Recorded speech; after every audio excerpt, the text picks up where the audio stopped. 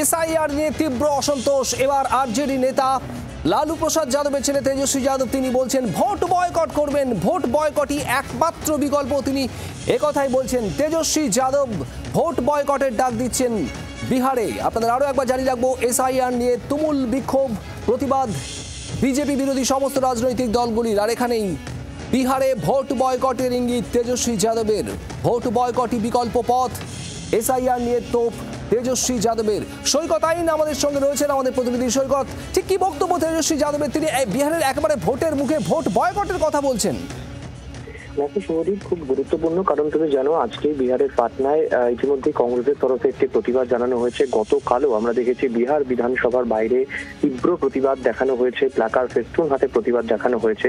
কিন্তু কেন্দ্রের মোদী সরকার তারা সিদ্ধান্তে অনড় যে এ নিয়ে সংসদে কোনো মতেই তারা আলোচনা চান না।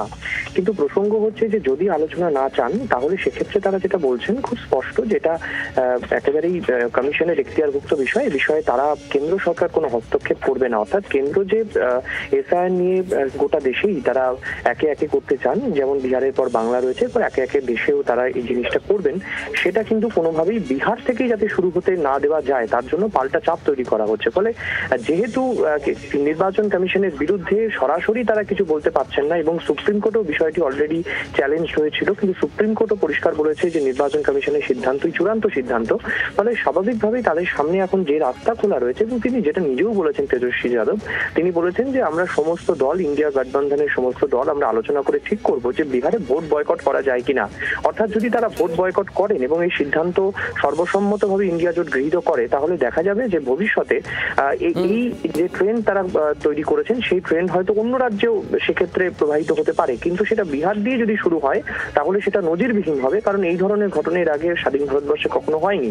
এবার প্রসঙ্গ হচ্ছে যে সেটা সিদ্ধান্ত বিহার থেকেই শুরু হবে কিনা বা বিহারে চূড়ান্ত সিদ্ধান্ত নেওয়া হবে কিনা সেটা ইন্ডিয়া জোট ঠিক করবে, সেটা কিন্তু তেজস্বী যাদব পরিষ্কার বলেছেন। তবে সবচেয়ে যেটা গুরুত্বপূর্ণ, এটা যে একেবারে সরাসরি কমিশন, কেন্দ্র এবং বিজেপির উপর পাল্টা চাপ তৈরি করার কৌশল, তা এক বাক্যে মানছেন রাজনৈতিক বিশ্লেষকরা।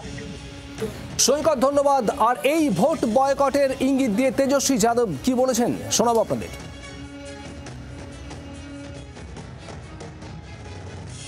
यानी सरकार के लोग आज खुद ही कह रहे थे कि भाई हम फर्जी चुन करके आए हैं और फिर से फर्जी चुन करके आएंगे।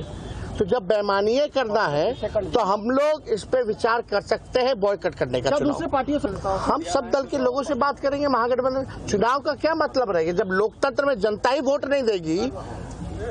चंडीगढ़ जैसा तुम लोग काम करोगे तो क्या मतलब रह जाएगा? तो हम लोग इस पे गंभीर होकर के चुनाव बहिष्कार पर चर्चा हम लोग कर सकते हैं। ये विकल्प हमारे पास खुला है।